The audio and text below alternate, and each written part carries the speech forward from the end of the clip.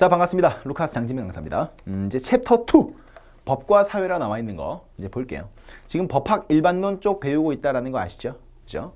1강에서 법의 개념 그리고 법의 분류 이런 것들을 중점적으로 좀 받고 챕터 2번에서는 뭘 배울 것이냐, 법 적용의 원칙 또는 법률 해석 방법 이 두 가지 주제를 제가 조금 중점적으로 알려드릴 겁니다. 이유는 뻔하죠. 네, 이게 나오니까요. 알겠죠? 자, 볼게요. 첫 번째요. 법의 해석과 적용이라고 해서 법률 해석 방법론 배우시는 겁니다.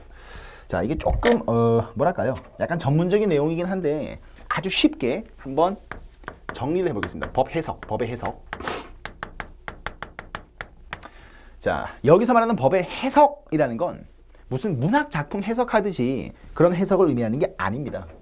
여기서 말하는 법의 해석이라는 건요, 일종의 법률의 적용이라고 보시면 돼요. 엄밀하게 말씀드리면. 근데 법을 적용하는 것도 해석이지만 그 법 적용만 얘기하는 것이 아니고 법의 해석이라는 걸 좀 넓게 한번 바라보자라는 겁니다. 그러니까 법의 해석의 방법만 이제 여러분들이 잘 구분해가지고 외우시면 돼요. 알겠죠? 자, 일단 가장 크게 보면 교재는 또 나중에 좀 봐주세요. 알겠죠? 자, 일단 강의를 좀 중점적으로 들어주세요. 크게 두 가지 방식이 있습니다. 첫 번째는요, 유권 해석이 있고요. 다음 두 번째가 무권 해석이 있어요. 뜻이 뭐냐면, 자, 법을 해석할 수 있는 공식적인 권한, 그런 국가로부터 부여받은 법 해석에 관련된 공식적인 권한이 있는 사람들이 하는 게 유권 해석이고요. 그런 권한이 없는 사람이 하는 게 무권 해석이 되겠습니다. 그럼 상식적으로 여러분들이 한번 생각을 해보세요. 자, 법을 해석할 수 있는 공식적인 권한이 부여된 곳은 어딜까요? 네, 바로 국가 공권력 기관입니다. 맞죠? 통상적으로 국가 3권 하면 어디입니까? 네, 국민의 대표 기관인 의회, 입법부가 있고요. 또 입법부가 법을 만드는 과정에서, 그러니까 법률 해석, 그러니까 입법 과정에서 법률을 해석하고 가는 겁니다. 그러니까 쉽게 말하면 법률을 처음에 입법할 때, 법을 만들 때 아예 법을 해석을 해버리는 거예요. 예를 들면 이런 겁니다.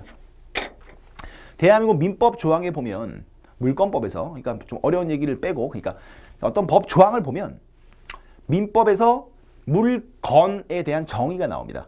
물건이요. 자, 이거 물건인가요? 물건이죠. 그죠? 재산적 가치가 있는 물건입니다. 근데 이 물건은 지금 보시는 것처럼 고정돼 있습니까? 움직입니까? 움직이죠. 맞죠? 움직이는 재산적 가치가 있는 물건이죠. 이걸 동산이라 그래요. 또 지금 저희가 지금 이 강의를 찍고 있는 이제 소정 미디어 이 본사 건물이요. 이 건물은 움직여요. 토지에 부착돼 있어요. 땅에 부착돼 있죠. 움직이지 않습니다. 그러면 움직이지 않는 재산적 가치를 가지고 있는 물건.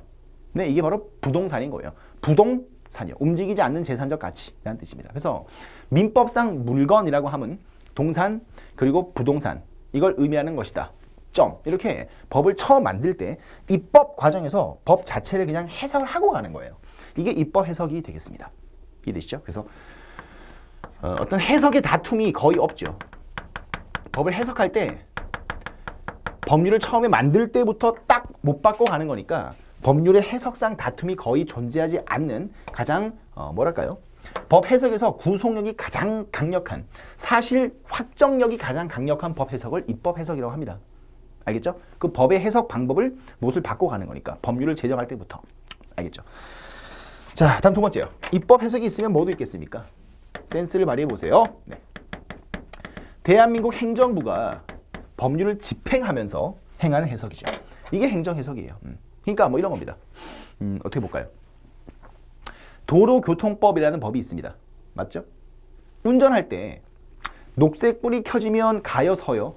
네, 차를 기준으로 말씀드리면 녹색불이 짠 하고 뜨면 가죠. 맞죠? 노란불 켜지면요, 브레이크 밟아야죠. 빨간불로 딱 바뀌면 서야죠. 맞죠? 근데 만약에 제가 강의를 늦은 겁니다. 그래서 노란불로 싹 바뀔랑 말랑 할 때 제가 갔어요. 근데 빨간불이 켜졌는데 2초가 지났음에도 불구하고 제가 그냥 밟아버린 겁니다. 그럼 경찰관이 저를 제지하겠죠. 맞죠? 교통법규 위반이죠. 이게 행정해석이에요. 무슨 말이냐? 도로교통법이라는 법률을 국회가 만들었을 것이고, 맞죠? 그 법을 지금 교통법규를 위반한 저한테 해석하는 거예요. 이해되시겠죠? 그래서 법률의 집행 또는 행정기관의 행정처분 및 수많은 행정행위들, 이게 전부 다 행정해석이다라고 볼 수가 있습니다. 알겠죠? 자, 그럼 마지막 하나 남은 게 뭘까요? 사법 해석이죠. 사법부인 대한민국 법원이 행하는 해석이고요. 그리고 주로 법을 해석한다라고 얘기할 땐 통상적으로 이 사법 해석을 얘기하는 겁니다. 그래서 법 해석이라는 건 구체적인 사건에다가 대한민국 헌법과 법률을 적용하는 거예요. 그래서 법의 적용 또는 법의 해석에서 가장 많이 나오는 건 이 사법 해석을 얘기하는 것입니다. 법원인 사법부가 행하는 해석 얘기하는 것이고요. 그리고 당연히 이 사법 해석은요, 뭐로 이루어지겠습니까? 당연한 거죠. 그 법원의 판결의 형태로서 내려지는 법 해석이 사법 해석이 되고요. 하나만 더 정리해드리면 이 법원의 판결로서 행해지는 사법 해석이 그 법의 최종적 해석이라고 얘기하는 거예요. 법원에서 판결이 바로 법의 가장 마지막 최종적인 해석이 되는 것이죠. 이해되시겠습니까? 자, 그럼 다시 한번 정리해보면 유권 해석이라는 건 결국 법을 해석할 수 있는 공식적인 권한이 있는 해석이고요. 이러한 공식적인 법 해석의 권한이 있는 곳은 국가기관이고요. 그 입법부와 행정부와 사법부가 각각 하는 해석을 유권 해석이다 라고 얘기합니다. 됐죠? 그러면 무권 해석은 뭐겠습니까? 당연히 그러한 공식적인 권한이 없는 거니까 이건 주로 누구에 의해서 이루어지느냐? 법학자예요. 네. 법과대학 교수들이 주로 이제 각종 책들을 쓰죠. 이게 이제 무권 해석입니다. 뭐 문리 해석이라는 것도 있고, 알겠죠? 자, 교재를 보시면 동그라미 2번에 그러니까 해석의 방법 동그라미 1번이 유권 해석이고요. 지금 설명을 다 해드렸고요. 다음 무권 해석은 학리 해석이라고도 얘기를 합니다. 그러니까 법학자들이 어떤 법의 논리에 의해서 비공식적으로 그 법을 해석하는 거예요. 그래서 무권 해석 이꼴 학리 해석 이렇게 좀 보시면 될 것 같고요. 다음에 이 무권 해석은요, 방법이 또 두 가지입니다. 하나는 문리 해석이라고 해요. 그 법률의 조문 자체를 언어적 의미로서만 해석하는 방식이고요. 이건 별 의미가 없고요.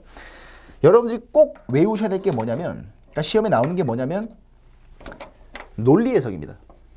자, 한 장 넘겨보세요. 교재를 한 장 넘겨보시면 이 논리 해석의 여러 가지 방법이 정리가 되어 있습니다. 여기가 시험에 나오는 겁니다. 알겠죠? 유권 해석 세 가지 정리하시고 논리 해석의 여러 가지 다양한 유형과 방법을 정리하는 겁니다. 자, 넘겨보시면 오른쪽에 조그맣게 논리 해석의 여러 가지 유형과 방법을 써놨죠. 보이죠? 자, 이건 좀 자세하게 볼게요. 자, 첫 번째 논리 해석의 방법. 일로 갑니다. 첫 번째 논리 해석의 방법 보시면 동그라미 1, 확장 해석이라고 나와 있습니다. 무슨 말일까요? 국회가 만든 그 법률을, 법 규정을 확장해가지고 해석을 하는 겁니다. 자, 읽어볼까요? 형법의 재물 손괴죄는 물건의 형태를 파괴하는 것뿐만 아니라 밥그릇에 방뇨하는 것도 재물 손괴로 확대 해석하겠다라는 뜻입니다. 그러니까 예를 들면, 자, 확장 또는 확대 해석이라는 건 법의 그 조문의 의미를 넓게 포괄적으로 해석하는 거죠. 맞죠? 형법상 재물 손괴죄라는 범죄 규정이 있습니다. 실제로 재물을 손괴하는 거죠. 그죠? 그러면 언어적 의미로 그냥 판단해 보세요. 자, 손괴는 뭡니까? 망가뜨린다 또는 그 재물의 가치를 현저하게 떨어뜨리는 행위라는 뜻입니다. 그러니까 밥그릇을 빡 깨버리는 것도 당연히 적극적인 행위를 통해서 그 밥그릇이라는 재물을 손괴하는 것이죠. 맞죠? 근데 그 밥그릇에 방뇨 뭡니까? 네, 오줌 싸는 거죠. 그죠?